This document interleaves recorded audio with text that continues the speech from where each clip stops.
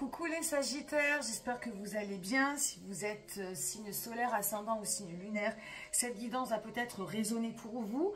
Vous prenez que ce qui vous parle, vous laissez le reste. Je vous rappelle rapidement le concept de mes guidances, c'est apprendre à vivre en conscience, apprendre à vivre dans l'ici et maintenant. Pour ouvrir les meilleures portes de notre avenir, pour connecter au présent, pour nous amener plus d'harmonie et de joie de vivre dans nos vies. Alors, cette guidance, c'est la guidance de l'été. J'ai fait une guidance à cheval sur juillet et août, puisqu'après ça, je vais faire une pause. Voilà, une pause pour l'été. Voilà, je continuerai évidemment les guidances privées. Donc, n'hésitez pas à demander des informations en privé. Les prix, je fais des mini prix, des guidances très complètes qui durent 30 minutes. Donc, vraiment, n'hésitez pas à me solliciter. Alors, pour le thème de l'été, comment va être l'été de nos Sagittaires? Alors, ça va être un petit peu mi-figue, mi-raisin. On est dans un été, alors ce que je comprends un petit peu de la lecture, on a une partie juillet qui va être un petit peu transitoire et une partie août qui sera peut-être plus connectée, comment dirais-je, plus connectée ou peut-être plus dans un lâcher-prise. Il y a des choses qui vont se passer plus au niveau de l'inconscient. En tout cas, en règle générale, en couleur d'été, l'été sera chaud, l'été sera peut-être en lutte. Et donc, il ne faudrait pas qu'il soit trop en lutte. Là, on a le personnage qui est à moitié coupé entre le bas, où il y a les bâtons, où il a l'impression un petit peu justement d'être dans un espèce de combat, et le haut qui est plus dégagé. Bon, le Sagittaire d'ailleurs, il a le mi-cheval, mi-homme, il aspire vers l'optimisme, vers le haut, vers plus de compréhension, de savoir un petit peu d'où il vient. Et puis là, il a aussi une attache très ancrée dans la terre. Et on comprend sur cette carte un petit peu cette même chose. Quelque chose qui le ramène à la terre, qui le ramène un petit peu à la lutte, à un combat. Donc, alors après, à savoir qu'est-ce qui pose problème, qu'est-ce qui vous fait lutter, qu'est-ce qui vous fait combattre, contre quoi vous avez l'impression de combattre, et une autre partie plus optimiste, une autre partie plus dégagée, une autre partie qui est plus safe, plus en mode plénitude. Voilà, donc ça va être un petit peu du mi-figue, mi-raisin. En ce qui concerne les énergies extérieures, celle du mois de juillet, ça va être la 4 de denier. 4 de denier, dans le tarot de Marseille, c'est la stabilité. C'est 4 angles d'une chaise, c'est les 4 directions. C'est le chiffre 4, c'est la stabilité, la sécurité. Sur cette carte, merveilleuse carte, c'est le personnage qui est assis sur une boule, une grosse boule, et qui va peut-être justement demander à trouver ce point quand vous êtes comme ça sur un ballon. Il y a un petit point d'équilibre où vous pouvez rester un peu statique, mais évidemment le socle, la base est mouvante. Donc ce mois de juillet, tout comme l'indique cette carte aussi, c'est à travers le tumulte de la vie, à travers les va-et-vient de la vie, il va falloir vous trouver ce point d'équilibre, ce point où vous allez peut-être devoir vous servir de certains éléments pour vous stabiliser, des éléments extérieurs. Donc ça, c'est ce qui va venir vous inspirer. C'est un petit peu les bouées de sauvetage sur laquelle il va falloir vous raccrocher, c'est-à-dire de la matière, de la sécurité et de la stabilité, sur quelque chose qui va être en permanence en train de bouger. Voilà, j'entends par cette carte de rester vraiment sur quelque chose de stable, et de ne pas chercher à vous distraire de l'extérieur.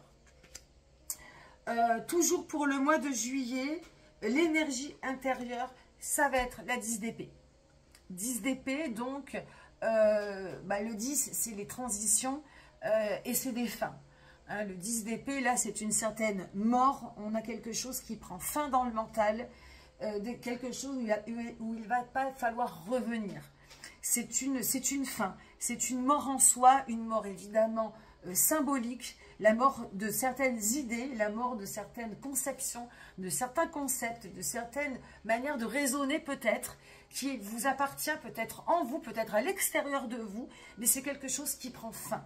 Et derrière la fin, c'est évidemment une renaissance, quelque chose de nouveau. Donc j'entends que pour le mois de juillet, et c'est là où il va falloir vous raccrocher à quelque chose de stable, à une certaine stabilité, à trouver ce point d'équilibre parmi eh bien, cette espèce de l'impression de lutter, l'impression de combattre, alors, ou dans quelque chose de collectif, ou dans quelque chose de personnel, mais qui va donner la fin de quelque chose. Ça va aboutir à une fin, et derrière cette fin, eh bien, évidemment, hein, cette carte, elle paraît souffrante, mais derrière cette fin, il y a un joli début. Il y a quelque chose de beau qui va prendre forme. Donc ça, c'est pour les énergies intérieures et extérieures. En ce qui concerne le sentimental, donc je prends l'axe du mois de juillet pour amener après la conclusion, pour amener la suite sur août et pour amener la conclusion du piège à éviter, de l'attitude adoptée. Le sentimental, on a également quelque chose de... Alors c'est peut-être lié à cette lutte. Dans le sentimental, on a également une fin. On a un 10 de bâton. Un 10 de bâton, ça veut dire... il y a une espèce d'évacuation, quelque chose... On lève le décor. Alors, est-ce que c'est pareil? Est-ce que c'est lié à une manière de penser? Est-ce que c'est lié aussi, hein, le 10 d'épée, c'est la mort de l'ego. On met son ego dans sa poche, on met son ego de côté. On se rend compte qu'on n'est pas tout seul.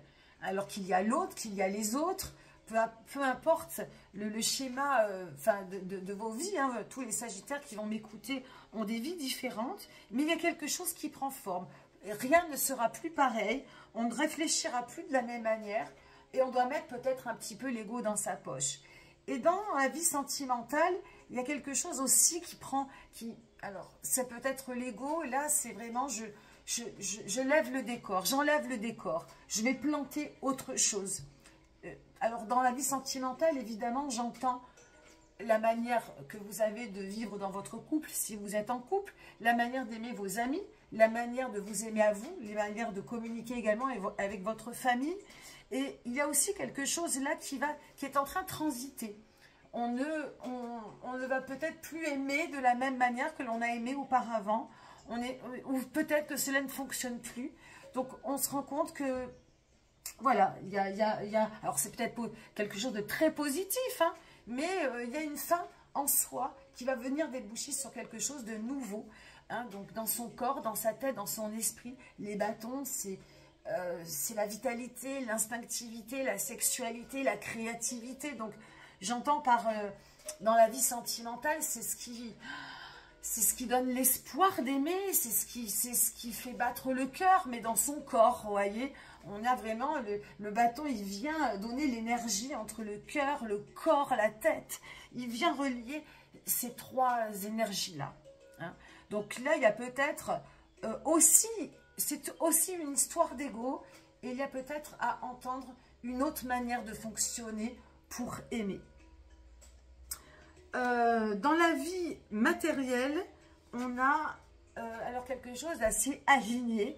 On dirait un petit personnage comme Dali avec sa petite moustache qui vient, voilà, qui peint un petit peu ses deniers. Le 8 denier dans le tarot de Marseille, c'est l'harmonie, la richesse intérieure qui est complètement, voilà, complètement alignée, complètement parfaite.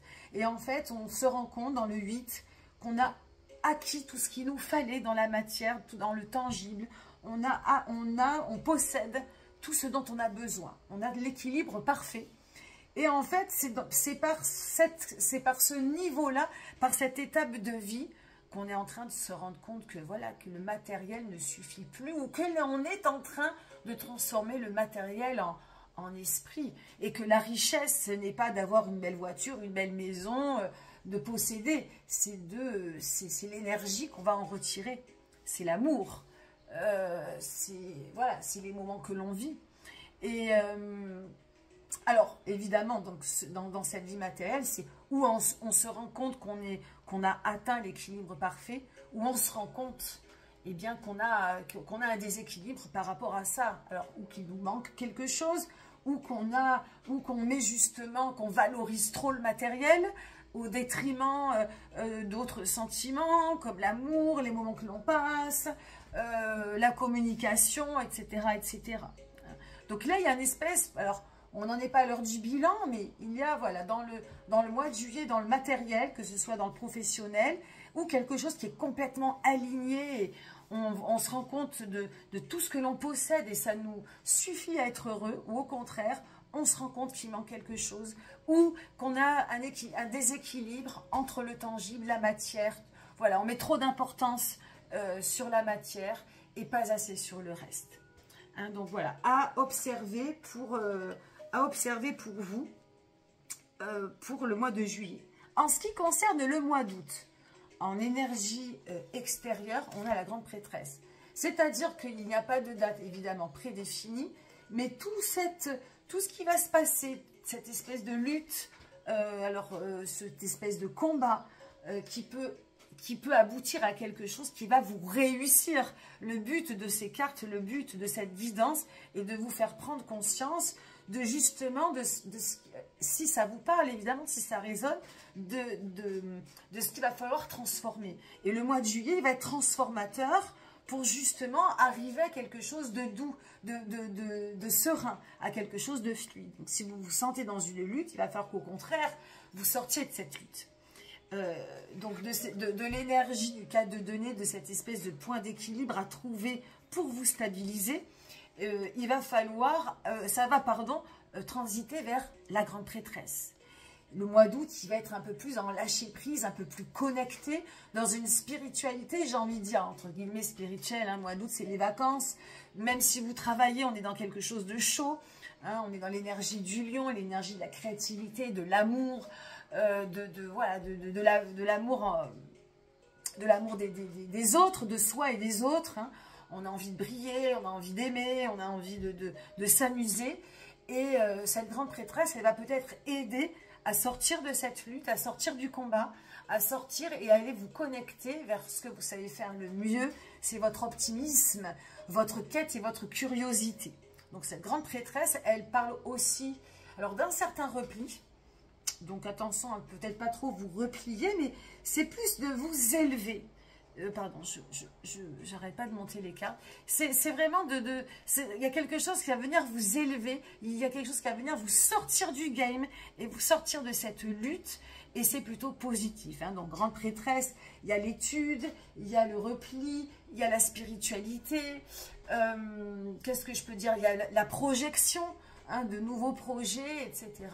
Hein, peut-être à des moments où vous allez vous sentir peut-être un peu plus dans une certaine intellectualité, qui va venir évidemment encore et encore vous projeter vers des choses plus sereines. Donc ça, c'est plutôt positif. Dans l'énergie intérieure, alors attention quand même, on a l'ermite. L'ermite qui n'est en soi pas une arcane d'été, plutôt une arcane d'hiver. L'ermite, c'est le repli, c'est la crise. Donc, ce qu'il y a de positif, c'est... donc, on a envie de solitude, on a envie d'intériorité, on a envie de comprendre. On a envie de peut-être faire une thérapie. On a envie en tout cas de s'isoler. Donc attention, parce que là je vous ai parlé d'été. Donc j'entends dans ces deux cartes, vous pouvez trouver une certaine, comment dirais-je, une certaine connexion sans pour autant trop vous replier. Mais l'ermite va peut-être, vous allez peut-être avoir envie de vous isoler, de solitude, de comprendre certaines choses, peut-être de thérapie, d'être guidé. Donc voilà, ça va être de trouver la lumière, de comprendre, d'essayer de comprendre. Donc attention, ça peut être positif pour certains. Attention à ne pas rentrer peut-être dans trop de solitude, dans trop d'incertitude. Hein. L'ermite, c'était aussi les doutes. Il va falloir peut-être essayer de se dépasser cette énergie peut-être un petit peu obscure pour un mois d'août qui peut au contraire vouloir être plus chaud. Hein. Donc voilà, encore une fois, pour certains, ça peut être ok si c'est bien géré. Attention à d'autres à ne pas être dans trop de solitude. Hein. Plutôt préférer la déconnexion positive de la grande prêtresse plutôt que trop de solitude chez l'ermite. Donc en ce qui concerne la vie sentimentale, alors c'est un mois très fort le mois d'août pour vous, il y a beaucoup d'arcanes majeures, grande prêtresse, l'ermite, là pour la vie sentimentale c'est la lune, donc la lune c'est les nuits, c'est la poésie, C'est évidemment de connecter à votre intuition profonde. C'est la sensualité. Ça va peut-être aussi demander à rechercher une certaine vérité. Hein, vous passez de... Alors oui, c'est ça que je voulais vous dire.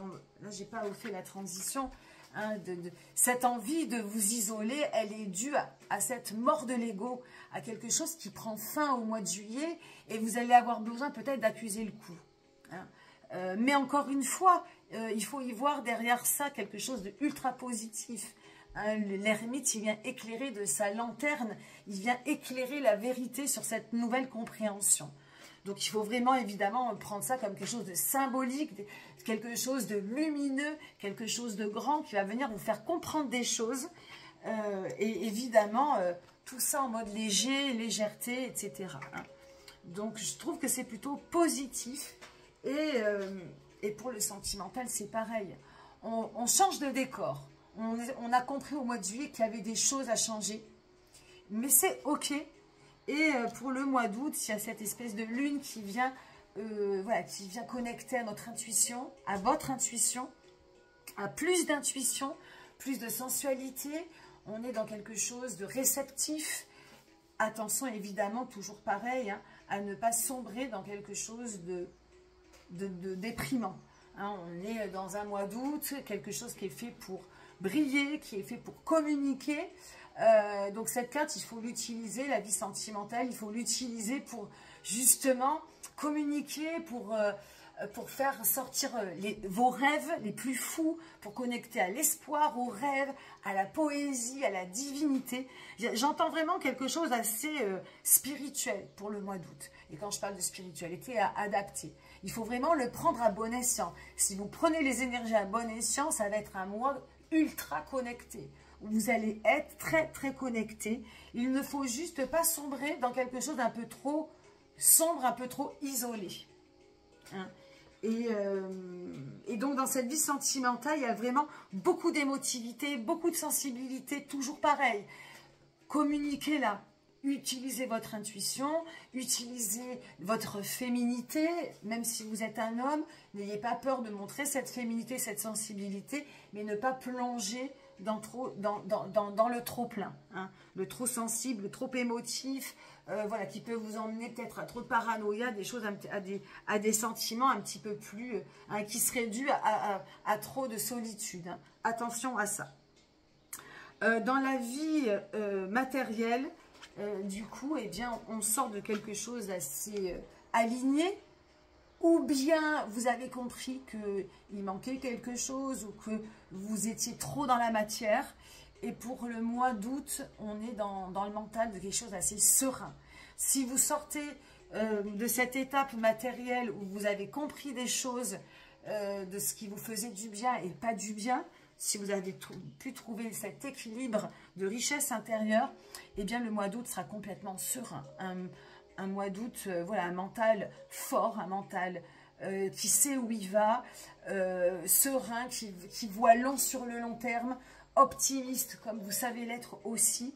Et je pense que toutes les énergies voilà, de cette connexion, hein, de cette connexion avec l'au-delà, de cette connexion avec votre optimisme, ça peut donner de très belles idées pour septembre, de belles projections pour le mois de septembre. Donc voilà, à vraiment transformer, le but de cette guidance, c'est vraiment de transformer ce qui vous paraît un peu obscur en force positive. Hein. Et pour finir, ben, le piège à éviter, c'est le chariot. Alors le chariot, c'est l'ego. Hein, comment dirais-je, de pas faire vraiment marcher votre ego. C'est-à-dire que là, il va y avoir vraiment... Vous allez vraiment comprendre qu'il y a un ego à mettre de côté. Il y a une nouvelle manière de penser, une nouvelle manière de voir les choses. Et c'est dans cette compréhension que tout va bien se passer pour cet été. Si au contraire, vous sentez que l'ego a été touché, que vous n'arrivez pas à vous relever, le piège à éviter, c'est ça. C'est que l'ego, il va être surdimensionné et que vous allez là faire vibrer les cartes vous allez mal faire vibrer les cartes. Trop de solitude, ou vous allez peut-être être mal influencé, Voilà, tout va mal vibrer. Ici, dans le sentimental, on peut avoir accès vite à quelque chose d'assez déprimant, assez fou, assez instable. Voilà, donc le but, dans cette carte du chariot, c'est de ne pas faire remonter l'ego. De ne pas faire montrer ce côté guerrier, conquérant. Parce que le chariot, il y a de belles cartes, il y a de belles vibrations dans le chariot. Il est conquérant, il est guerrier, il lâche pas l'affaire, il est motivé, il est dans l'action. Là, le piège à éviter, c'est de, oh, là, je mets un peu mon ego de côté et j'écoute un petit peu ce que les autres ont à me dire.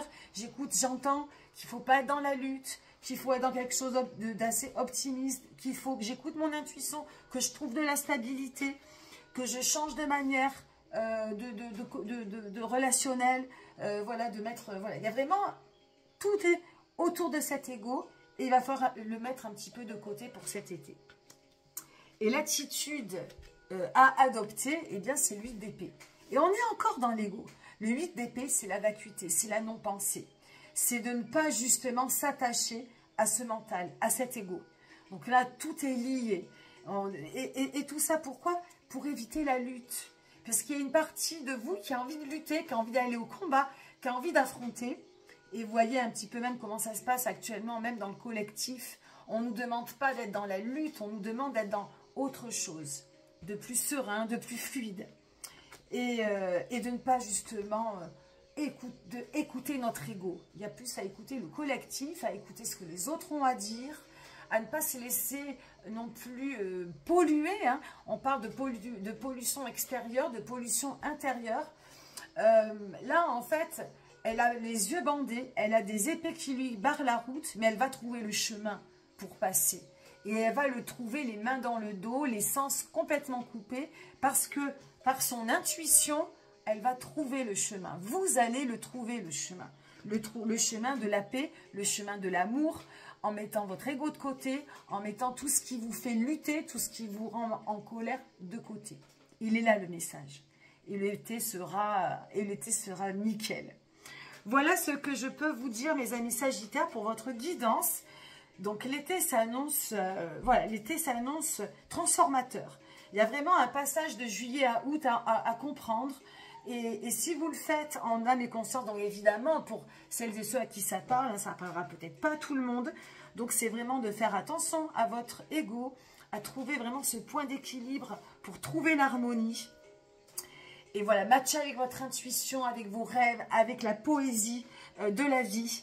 Et l'été sera vraiment super chaud, dans le bon sens, hein, chaud et positif. C'est tout ce que je vous souhaite. Donc merci pour votre écoute. Je vous dis à très bientôt, peut-être à la rentrée, en tout cas je l'espère. Merci pour vos likes, vos encouragements, vos commentaires. Voilà, c'est très important pour moi pour la suite. Je vous souhaite un bel été, plein de bonnes énergies et plein d'amour. Bye bye, à bientôt.